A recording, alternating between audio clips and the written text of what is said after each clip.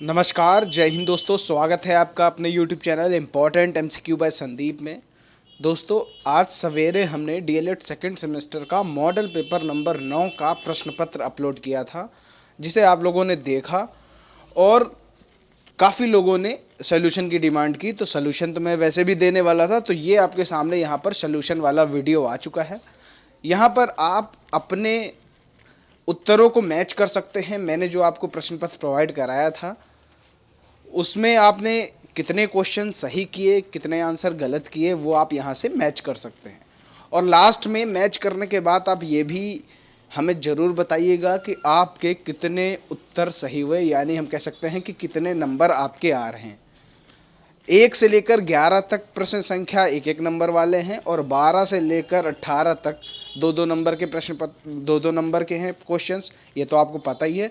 और लास्ट में आपके कितने नंबर टोटल आ रहे हैं हमें नीचे कमेंट में ज़रूर बताइएगा। तो चलिए शुरू करते हैं आज का वीडियो। आप अपने उत्तर मैच कर सकते हैं। वीडियो को शुरू करने से पहले निवेदन है कि अगर आपने अभी तक चैनल को सब्सक्राइब नहीं किया तो चैनल को सब्सक्राइब करके घंटे का निशान जरूर दबा लीजिए, ताकि ऐसे ही वीडियो आपको लगातार मिलते रहें। यहाँ पर जो हमारा पहला क्वेश्चन था कि दो समरूप त्रिभुज की संगत भुजाओं का अनुपात 2:3 है, तो उनके क्षेत्रफल का अनुपात ज्ञात करो। तो क्या होगा, समरूप त्रिभुज की संगत भुजाओं का अनुपात दे रखा है, ठीक है। तो अगर संगत भुजाओं का अनुपात दे रखा है तो जो क्षेत्रफल का अनुपात होगा वो होगा 2 का स्क्वायर। तो 2 का स्क्वायर होता है 4, 3 का स्क्वायर होता है 9, तो इसका जो अनुपात निकल के आ गया 4:9। तो उनके जो क्षेत्रफल का अनुपात होगा वो होगा 4:9। ठीक है, ऐसा ही प्रश्न आपकी परीक्षा में पूछा जा चुका है, तो इसलिए मैंने सोचा इसका कॉन्सेप्ट भी आपको क्लियर कर दूं। अगर संगत भुजाओं का जो अनुपात होता है उसी का स्क्वायर कर देते हैं तो वो उनके क्षेत्रफल का अनुपात निकल आता है। आगे देखते हैं, निम्न में से पूर्णांक हैं। आपके सामने 4 ऑप्शन दे रखे हैं, -1, 0, 1, उपरोक्त सभी। तो पूर्णांक में कौन सी संख्याएं शामिल करते हैं, उसमें सारी संख्याएं शामिल करते हैं, यानी शून्य को भी शामिल करते हैं, ऋणात्मक ऋणात्मक को भी शामिल करते हैं, और जो आपकी धनात्मक संख्याएं होती हैं उनको भी शामिल करते हैं। तीनों संख्याओं को शामिल करते हैं। तो यहाँ पर जो सही उत्तर होगा उपरोक्त सभी। आगे देखते हैं, 1 हेक्टेयर में होते हैं 1000 वर्ग मीटर, 1000 लीटर, 10,000 वर्ग मीटर या फिर 100 वर्ग मीटर। तो 1 हेक्टेयर में होते हैं 10,000 वर्ग मीटर। आगे देखते हैं, 1/2 और 3/4 के मध्य परिमेय संख्याएं कितनी होंगी, ये आपको बताना है। तो हमने आपको पहले भी बताया है कि दो असमान परिमेय संख्याओं के बीच में अनंत परिमेय संख्याएं होती। तो यहाँ पर जो ऑप्शन सही होगा 4। देखिए, क्वेश्चन कंफ्यूज करने के लिए यहाँ आपको नंबर दे देगा तो और आपसे पूछेगा कितनी संख्याएं होंगी इनके मध्य में। तो संख्याएं दे दे या ना दे, सीधा आपसे पूछ दे कि दो असमान परिमेय संख्याओं के बीच में कितनी परिमेय संख्याएं होंगी, तो वो होंगी अनंत। क्लियर हो गई बात। आगे देखते हैं, अगला जो यहाँ पर प्रश्न है, a + 1/a = 4, तो a² + a² + 1/a² का मान यहाँ पर ज्ञात करना था। तो ऐसी प्रश्न में मैंने बताया था कि जब भी कभी ऐसा प्रश्न आपका बहुविकल्पी में आ जाए, जब बहुविकल्पी में आ जाए तो आपको क्या करना है, यहाँ ध्यान से देखना है, a + 1/a है, यहाँ ध्यान से देखना है a² + 1/² है। अगर ऐसी कंडीशन आ जाए तो 4 का कर दीजिए स्क्वायर यानी 16, और 16 में घटा दीजिए 2, यानी उत्तर आपका आ गया 14। तो यहाँ पर जो इसका उत्तर आएगा a² + 1/² का, वो आएगा 14। चाहे तो आप इसको पूरा बेसिक तरीके से सॉल्व करके भी देख सकते हैं, आपका जो उत्तर आएगा वो 14 आएगा। चलिए आगे देखते हैं, अति लघुत्तरीय प्रश्नों को देख लेते हैं। यहाँ पर हमने ये मल्टीप्लाई करने को दिया था, -14/9 इंटू -27 को सरल कीजिए। तो सीधा हमने यहाँ पर मल्टीप्लाई कर दिया है, 9 से इसको काटा तो ये आ गया 3। तो यहाँ पर हो जाएगा -14 × -3, यहाँ पर जो उत्तर आएगा प्लस का 42। ये माइनस का है, ये माइनस का है, तो माइनस माइनस प्लस हो जाएगा, और 14 तिया होता है 42। अगर 42 आपका आया है सही तो नीचे कमेंट में बताएं कि हाँ मेरा छठा क्वेश्चन बिल्कुल सही है। 7वां नंबर देखिए, परिमेय संख्या 1/6 को दशमलव में बदलिए। तो दशमलव में बदलने के लिए आपको कुछ नहीं करना है, जो हर में संख्या है हर वाली संख्या से भाग दे देना है अंश वाली संख्या को। तो यहाँ पर अंश कितना है, 1 है, और हर में है 6, तो 6 से 1 में भाग दे दिया। अब 1 में भाग तो जाएगा नहीं, तो हमें यहाँ पर लगाना पड़ेगा दशमलव। दशमलव लगाया, 0 बढ़ाया, हो गया 10। अब 6 एक कम 6, 10 में 6 गया, बचेगा 4।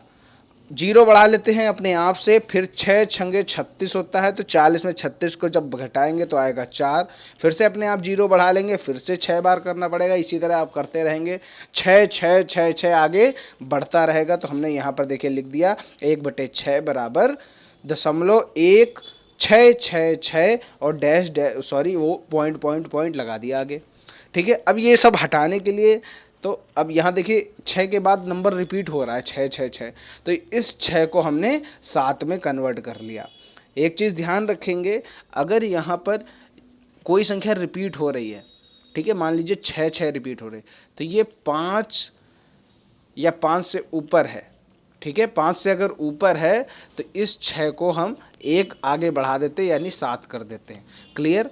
अगर यही संख्या आपकी मान लीजिए ऐसे होती कि 0.1333, तो हम यहाँ पर इस 3 को हटा देते, बस ऐसे ही रखा रहता। क्लियर हो गई बात। चलिए आगे देखते हैं। यहाँ पर जो अगला प्रश्न है, a माइनस बी बराबर 4, ए बी बराबर 5, तो a cube minus B cube का मान ज्ञात कीजिए। देखिए, अगर कोई स्टूडेंट डायरेक्टली देखेगा तो वहाँ पर ये देखेगा a cube minus B cube निकालना है, तो यहाँ पर हो सकता है वो direct a cube minus B cube का फार्मूला लगाने का प्रयास करे, जो ये फार्मूला लिखा हुआ है a cube minus B cube बराबर a माइनस बी, एक ब्रैकेट में, दूसरे ब्रैकेट में a square plus a b plus b square. लेकिन यहाँ पर जो कंडीशन है, a cube minus B cube का अगर आप फार्मूला लगाएंगे तो आपके पास a माइनस बी तो दे रखा है, ए बी तो दे रखा है, लेकिन ए स्क्वायर और बी स्क्वायर कहाँ से लाएंगे, वो तो आप नहीं ला पाएंगे ना। तो यहाँ पर हमें ये चीज़ क्लियर हो गई कि हमें ए क्यूब माइनस बी क्यूब वाला फार्मूला नहीं लगाना है। हमें कौन सा फार्मूला लगाना है वो देखिए। हमें यहाँ फार्मूला लगाना है ए माइनस बी का होल क्यूब। ए माइनस बी का होल क्यूब करेंगे तो इसका जो फार्मूला होता है वो होता है A cube minus B cube minus 3ab और ब्रैकेट के अंदर ए माइनस बी। क्लियर हो गई। अब यहाँ पर सबकी वैल्यूज रख दीजिए। a माइनस बी होगा, a माइनस बी 4 दे रखा है तो 4 क्यूब कर दिया यहाँ पर। ए बी जो है वो 5 दे रखा है तो यहाँ पर 5 रख दिया, और a माइनस बी जो है वो 4 दे रखा है तो यहाँ पर 4 रख दिया। क्लियर हो गए। और हमें निकालना क्या है, हमें ये निकालना है a cube minus B cube. इसी की वैल्यू में पता नहीं है, यही निकालना है। तो यहाँ पर कर लेते हैं इसको सॉल्व। 5 चौको 20, 3 60, तो ये माइनस का 60 आ गया। 4 का क्यूब करेंगे आएगा 64। ठीक है, ये माइनस का 60 इस तरफ जाएगा तो प्लस का 60 हो जाएगा, तो 64 प्लस 60 बराबर 124। तो यहाँ पर जो a cube minus B cube की वैल्यू आ गई 124। उम्मीद करता हूँ कि यही आपका भी उत्तर आया होगा। अगर नहीं आया है तो इसको ध्यान से देख लीजिए कि कैसे इसको सॉल्व किया गया। ठीक है, देखिए ज़्यादा से ज़्यादा जब प्रैक्टिस आप करेंगे ना, तभी आपका परीक्षा में जो प्रश्न आएंगे तभी आपके सही हो पाएंगे। ठीक है, चलिए आगे देखते हैं। प्रश्न संख्या 9 है, 12y square minus Y minus 1 का गुणनखंड कीजिए। तो गुणनखंड करने का एक पूरा वीडियो मैंने बनाया हुआ है। अगर आपने वो वीडियो नहीं देखा है कि गुणनखंड कैसे करते हैं, तो नीचे डिस्क्रिप्शन में लिंक दे रखा है मैंने, आप वहाँ से जाकर उस वीडियो को देख लीजिए ताकि आपको गुणनखंड करना आ जाए। क्योंकि गुणनखंड जो है ना वो लगभग क्या हर सेमेस्टर में है, चाहे आप first semester, second semester, third semester, fourth semester, किसी भी सेमेस्टर की आप गणित की परीक्षा देंगे, चाहे आप यूपी टेट की परीक्षा दें, चाहे शिक्षक भर्ती की परीक्षा दें, हर जगह गुणनखंड काम आता है। क्लियर बात। तो यहाँ पर इसका गुणनखंड कैसे करेंगे, देखिए यहाँ दिया है 1 और वाई स्क्वायर का गुणांक है 12, तो 12 एकम 12। ठीक है, अब -1 यहाँ है, हम कह सकते हैं 1 है यहाँ पर। तो हमें कुछ ऐसा करना है, 1 को ऐसे फॉर्म में तोड़ना है कि गुणा करने पर 12 आए, जोड़ने और घटाने पर 1 आ जाए। तो वो कौन सी संख्या हो सकती है, वो हो सकती है 4 और 3। 4 को जब 3 में घटाएंगे तो 1 आएगा, गुणा करेंगे तो आएगा 12। ठीक है, तो 4 और 3 हम ले लेते हैं। यहाँ पर हम माइनस वाई लिखा हुआ है, तो -4y प्लस 3y। अब इसको सॉल्व करेंगे तो आपका माइनस वाई ही आ जाएगा, ठीक है। तो हमने इसको मतलब है कि हमने इसको सही फॉर्म में तोड़ा है। -4y + 3y, Y minus Y को हमने इस फॉर्म में तोड़ लिया। अब इसके बाद कॉमन ले लीजिए, तो यहाँ से आप कॉमन लेने की शुरुआत करेंगे तो यहाँ से क्या कॉमन ले सकते हैं, ध्यान से अगर आप देखेंगे तो यहाँ से हम 4y को कॉमन ले सकते हैं। तो जब यहाँ से 4y को कॉमन लेंगे तो आएगा 3y, क्योंकि यहाँ 12 है, 4 निकाल लेंगे बचेगा 3। देखिए कैसे कॉमन लेते हैं ये हम आपको बता देते हैं। 12y² बटे 4y, ये हमने 4y कॉमन लिया है तो 4 तियाँ और y कट जाएगा तो एक y बचेगा ऊपर, यानी 3y। वही देखिए हमने यहाँ पर 3y लिखा हुआ है, और 4y में 4y ले लेंगे तो एक बचेगा माइनस का 1, क्योंकि यहाँ माइनस लगा हुआ है, ठीक है। तो अब आगे देखते हैं। अब ये जो हमने 3y - 1 कॉमन लिया, इसको उठाकर हम ऐसे ही सेम टू सेम यहाँ रख देते हैं, रख दिया। अब इसके बाद हमने यहाँ देखा 3y यहाँ है, यहाँ कितना है, यहाँ भी 3y है, दोनों जगह 3y है। 3y और 3y दोनों जगह दोनों कट जाएंगे तो क्या आएगा, एक ही तो आएगा। तो हमने उठाकर यहाँ पर एक रख दिया, क्लियर हो गई बात। अब 4y + 1 एक जगह रख दिया, 3y - 1 एक जगह रख दिया, तो ये आपका आ गया गुणनखंड। क्लियर हो गई बात, गुणनखंड निकालना बेहद आसान है। आगे देखते हैं, प्रश्न संख्या 10 क्या दे रखी है, 36x² + 12x + 1 बराबर 0 को हल कीजिए। यहाँ पर बराबर 0 लगा देते हैं, तो इसका मतलब है कि x की वैल्यू आपको फाइंड आउट करनी है। तो x की वैल्यू फाइंड आउट करने के लिए हमें सबसे पहले उसी तरह गुणनखंड करने पड़ेंगे, उसके बाद हम उसकी वैल्यू निकालेंगे x की। 36x², 12x और 1, फिर से हम 12x को तोड़ेंगे, ऐसे भाग में तोड़ेंगे कि गुणा करने पर 36 आए। 36 एकम 36 होता है ना, तो 36 आए। 12 को हम ऐसे पार्ट में तोड़ेंगे कि आपका गुणा करने पर 36 आए और जोड़ने पर 12 आ जाए। कैसे होगा, 6 और 6 के फॉर्म में इसको तोड़ लेते हैं, 6 36 हो जाएगा, और 6 और 6 को जोड़ेंगे तो आएगा 12। क्लियर हो गई बात। चलिए यहाँ देखते हैं, 36x² + 6x + 6x + 1। अब इसमें कॉमन लेना शुरू करेंगे। 36x² + 6x में कॉमन लेंगे 6x। 6x जब हमने यहाँ से कॉमन लिया तो बचेगा 6x। देखिए यहाँ पर ये रहा 36x², यहाँ से हम 6x कॉमन ले रहे हैं, तो 6 छंगे 36, x कट जाएगा, ऊपर कितना बचेगा 6x। तो हमने यहाँ पर देखिए 6x यहाँ लिख लिया, और इस 6x से हमने 6x कॉमन लिया तो बचेगा 1। क्लियर हो गई बात। 6x + 1 को हम उठाकर सेम टू सेम यहाँ रख देते हैं। अब यहाँ देखिए 6x है, यहाँ भी 6x, यानी 6x में 6x हम ले रहे हैं, तो बचेगा कितना, बचेगा 1। तो हमने यहाँ 1 लिख दिया। क्लियर हो गई बात। अब 6x + 1 एक जगह लिख दिया, 6x + 1, 6x + 1 एक जगह लिख दिया, ठीक है, यानी दोनों बराबर हैं। अब हमें क्या करना होगा, जब दोनों बराबर हैं तो कोई एक ले लीजिए। अगर दोनों अलग अलग होते तो हम दोनों को लेते। अब यहाँ पर दोनों सेम है तो एक बार हमने लिख लिया 6x + 1 बराबर 0। अब +1 उधर जाएगा दूसरी तरफ तो हो जाएगा -1। अब यहाँ से 6x से हम 6 को हटाएंगे तो इधर आ जाएगा, डिवाइड में हो जाएगा, तो x की जो वैल्यू आपके सामने आ गई, x बराबर -1/6। ये हो गया आपका 10वां प्रश्न। अगर आपका भी यही उत्तर आया है तो आप हमें नीचे कमेंट में ज़रूर बताइएगा, और लास्ट में तो बिल्कुल बताना ही बताना है कि आपके कितने क्वेश्चन सही हो रहे हैं। प्रश्न संख्या 11 देखते हैं, किसी संख्या के 5 गुने से उसका 3 गुना घटाने पर शेष फल 18 है, वह संख्या बताइए। तो मान लेते हैं वह संख्या x है, किसी संख्या के 5 गुना, तो संख्या का 5 गुना किया 5x, उसका 3 गुना किया घटा दिया, 3 गुना घटाने पर यानी 3 गुना हमने घटा दिया 3x, शेष फल कितना बच रहा है 18, तो हमने बराबर कर दिया 18। तो 5x में 3x घटेगा 2x आएगा, 2x बराबर 18। यहाँ से जब 2 हटेगा तो उधर जाएगा तो 18/2 हो जाएगा, तो x की जो वैल्यू निकल के आ गई वो आ गई आपके सामने 9। आप देख सकते हैं आसानी से कैसे यहाँ पर सॉल्व किया गया। क्लियर हो गई बात। चलिए अब आगे देखते हैं, बढ़ते हैं अति लघुत्तरीय प्रश्नों की तरफ। प्रश्न संख्या 12 क्या कह रहा है, 15 माइनस ब्रैकेट के अंदर -3, फिर ब्रैकेट के अंदर 4 - 6 - 2 डिवाइड 3, 5 प्लस ब्रैकेट के अंदर -3 इंटू -6 ब्रैकेट के अंदर। क्लियर हो गई बात। तो अब यहाँ पर इसको सॉल्व कैसे करेंगे, देखिए सबसे पहले हमें क्या सॉल्व करना होता है, जो सबसे छोटा ब्रैकेट है। तो सबसे छोटा ब्रैकेट क्या है, ये है 6 - 2। 6 - 2 कितना आता है, 4 आता है, तो हमने यहाँ 4 लिख दिया। और यहाँ पर पहले से 4 है, ये 4, अब यहाँ पर हो गया 4 - 4। ठीक है, ध्यान देखिएगा, सारी चीज़ें तो क्लियर हैं कि हमने वैसे ही रख दी। यहाँ पर ये -3 और -6 था, तो इन दोनों का मल्टीप्लाई कर दिया तो 6 18 आ गया, माइनस माइनस का गुणा किया तो हो गया प्लस, तो 5 + 18 हो गया। ठीक है, 5 + 18 हो गया। बाकी इधर देखते हैं, 4 - 4 होता है 0। अब ये 0 जो है वो -3 से मल्टीप्लाई में है, -3 और 0 का जब मल्टीप्लाई करेंगे तो हो जाएगा 0, और यहाँ पर 3 × 23 हो जाएगा आपका 69। तो 0 डिवाइड बाय 69। अब 0 डिवाइड बाय, अगर किसी भी संख्या 0 को डिवाइड करेगा तो आंसर कितना आएगा, 0 ही आएगा। ठीक है, तो 15 - 0 = 15। ये क्लियर हो गया। अगला प्रश्न संख्या 13, किसी गांव में पुरुषों की संख्या 6xy + 5y² - 8z है, महिलाओं की संख्या 2x + yx - 2y है। बताइए पुरुषों की संख्या महिलाओं की संख्या से कितनी अधिक है।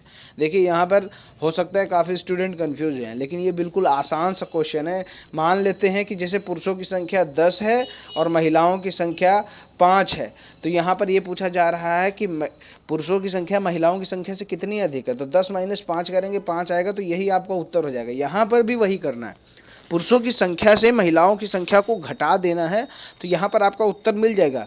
यहाँ पर सिर्फ यही पूछा जा रहा है कि पुरुषों की संख्या महिलाओं की संख्या से कितनी अधिक है। तो पुरुषों की संख्या से महिलाओं की संख्या को घटा दीजिए, आपका उत्तर आ जाएगा। देखिए यहाँ पर हमने वही किया हुआ है, 6xy + 5y² - 8z minus bracket के अंदर 2x + yx - 2y। ब्रैकेट क्यों लगाया है, क्योंकि यहाँ पर ढेर सारे चिन्ह हैं, तो जब इसको पूरा कवर करने के लिए हमें ब्रैकेट लगाना पड़ेगा। अब ब्रैकेट के बाहर लगा है माइनस का चिन्ह, जब ब्रैकेट खुलेगा तो अंदर के सारे चिन्ह बदल जाएंगे। 2x हो गया -2x, yx हो गया -yx, -2y हो गया प्लस का 2y। अब यहाँ पर आप देख लीजिए, जो भी कटने लायक है उसको काट लीजिए। 6xy और ये यहाँ पर yx, यानी इसको भी हम xy ही पढ़ेंगे। तो 6xy और 1xy माइनस होगा तो बचेगा 5xy। अब बाकी कहीं भी कुछ कटने लायक नहीं है, तो इसको एज इट इज़ उतार दिया है। 5y² 8z 2x 2y। Clear हो गई बात, यही आपका आंसर आ गया। जो पुरुषों की अधिक संख्या है वो आपके सामने है, 5xy + 5y² - 8z - 2x + 2y। Clear हो गई बात। कोई भी डाउट हो बिना सोचे समझे नीचे कमेंट में ज़रूर बताइएगा। ठीक है, आगे देखते हैं। प्रश्न संख्या 14 दे रखी है, 2052 3996 और 7380 का मासा भाग विधि से ज्ञात करो। भाग विधि से ज्ञात करने का तरीका है, वो क्या तरीका है, सबसे छोटी संख्या है 2052 यहाँ पर, उससे बड़ी है 3996 और सबसे बड़ी है 7380। तो जो सबसे छोटी संख्या है उसको उससे भाग देंगे जो बीच वाली संख्या होगी, यानी 3996 को भाग देंगे 2052 से।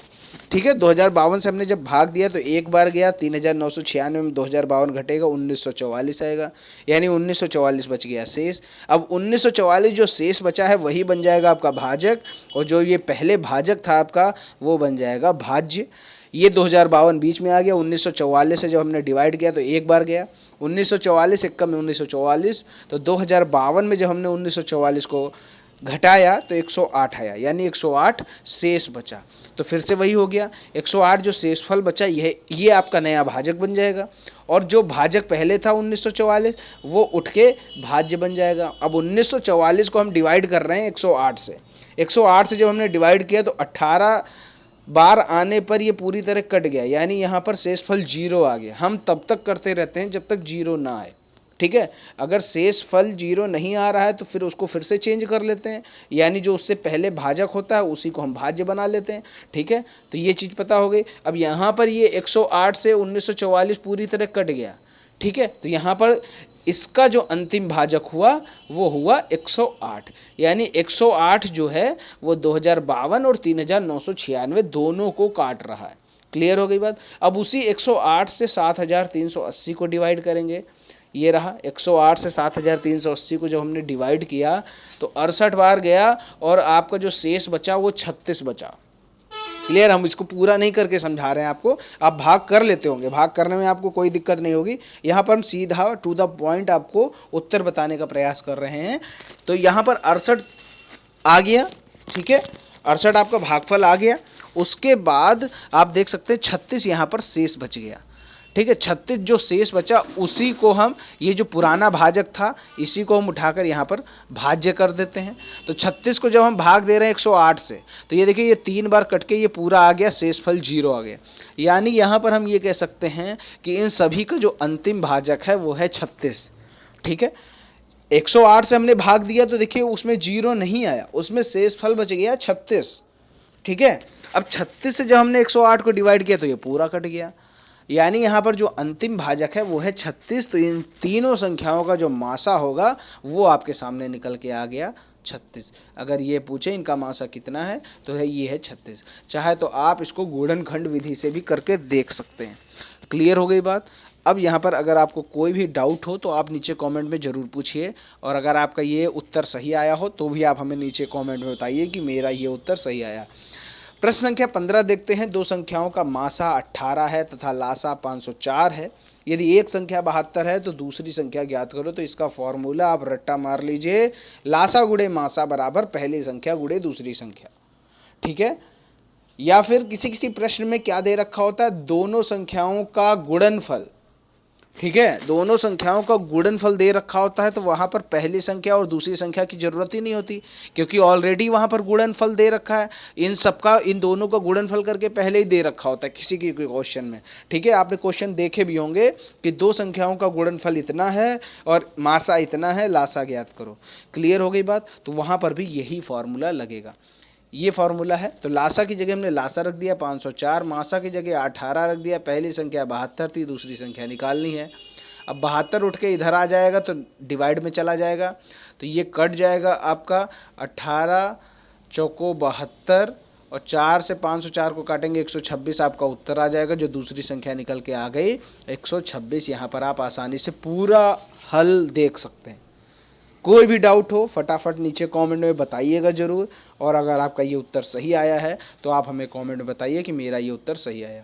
अगला प्रश्न संख्या 16 है। लकड़ी के घनाभ के आकार के एक टुकड़े की लंबाई 64 सेंटीमीटर, चौड़ाई 32 सेंटीमीटर, ऊंचाई 48 सेंटीमीटर।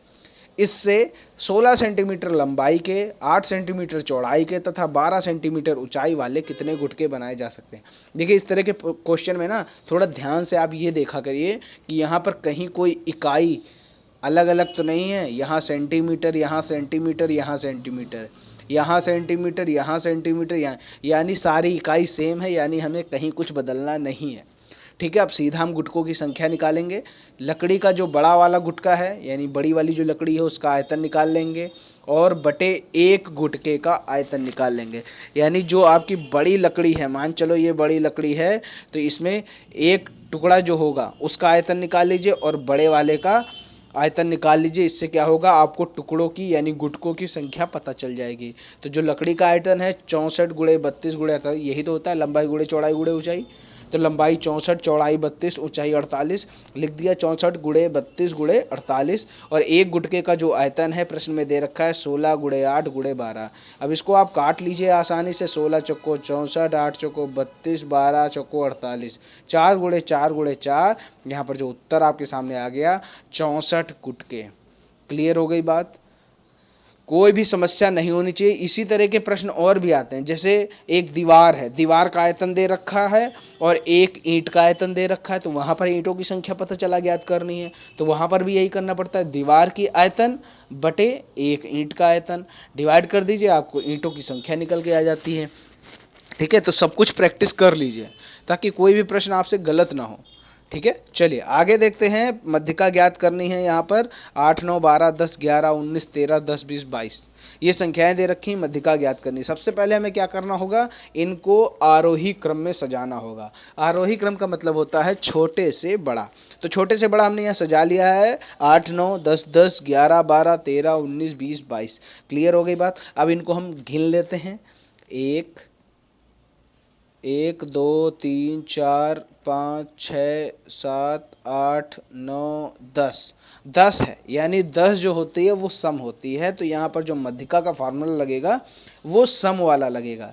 मध्यिका का सम वाला फार्मूला क्या होता है, 1/2 ब्रैकेट के अंदर n/2वें पद का मान प्लस n/2 प्लस 1वें पद का मान। तो यहाँ पर n कितना निकला है, वो निकला है आपके सामने 10, तो 10/2 और 10/2 प्लस 1, यानी 10/2 हो जाएगा पाँचवें पद का मान, 10/2 + 1 का मतलब है छठवें पद का मान। तो पाँचवें पद का मान कितना है? 1 2 3 4 5, ये पाँचवें पद का मान और ये छठे पद का मान, मतलब 11 और 12। तो हमने 1/2 ब्रैकेट के अंदर 11 + 12, 11 + 12 होता है 23। तो 2 जब इससे काटेंगे तो आएगा आपका 11.5। तो जो मध्यिका निकल के आपके सामने आ गई वो आ गई 11.5। ये आप देख सकते हैं। क्लियर हो गई बात? आप देख सकते हैं कैसे यहाँ पर मध्यिका निकाली गई है। ये आपका मध्यिका निकल के सामने आ गई। ठीक है, कोई भी डाउट नहीं होना चाहिए। देखिए, मध्यिका का क्वेश्चन हर हाल में पूछा जाना है, बारंबारता सारणी का क्वेश्चन हर हाल में पूछा जाना है। तो ये चीज़ें, ये जो 2-4 टाइप के प्रश्न हैं, इन सब को तो आप अच्छे से क्लियर कर ही लीजिए। ठीक है, क्योंकि अगर ये नहीं आते तो मान के चलिए कि आपके बड़े बड़े क्वेश्चन तो आते नहीं, ये जरूर आने चाहिए। और ये और क्वेश्चन की अपेक्षा सरल भी होते हैं। ठीक है, तो ये चीज़ क्लियर कर लीजिए। चलिए आगे देखते हैं। आज का जो लास्ट क्वेश्चन है, नीचे दिए गई सारणी के आंकड़ों को आयत चित्र द्वारा प्रदर्शित कीजिए। आयु दे रखी 25 से 30, 30 से 35, 35 से 40, 40 से 45, 45 से 50, 50 से 55। ठीक है, और श्रमिक की संख्या दे रखी 40, 60, 80, 70, 60। कैसे करेंगे? जो आयु दे रखी, यानी इसको हम कह सकते हैं वर्ग अंतराल दे रखा है, उसको नीचे की तरफ लिखते हैं। यहाँ पर आप देख सकते हैं जो वर्ग अंतराल है उसको हमने नीचे की तरफ रखा है, और जो नंबर्स हैं यानी जो बारंबारता है उनको हमने ऊपर की तरफ रखा है। जो सारणी में, यहाँ आप देख सकते हैं, ऐसे समझेंगे, जो सारणी में नीचे होता है वो होती है बारंबारता, और जो ऊपर होता है वो होता है वर्ग अंतराल। क्लियर हो गई बात? तो वर्ग अंतराल यहाँ पर तो ऊपर होता है। यहाँ पर एक चीज़ समझ लीजिए, यहाँ वर्ग अंतराल ऊपर होता है, लेकिन जब हम आयत चित्र बनाते हैं तो वर्ग अंतराल चला जाता है नीचे। ठीक है, अब यहाँ पर ये बोल रहा है कि 25 से 30 जो है वो 40 तक जाना चाहिए। तो हमने ये 25 से 30 ये है, 25 को 40 तक उठा दिया, 30 को 40 तक उठा दिया, ये आपका हो गया 25 से 30 जो आयत बना वो 40 तक बन गया। अब यहाँ पर बोला जा रहा है 30 से जो 35 है वो आपका 60 तक जाना चाहिए।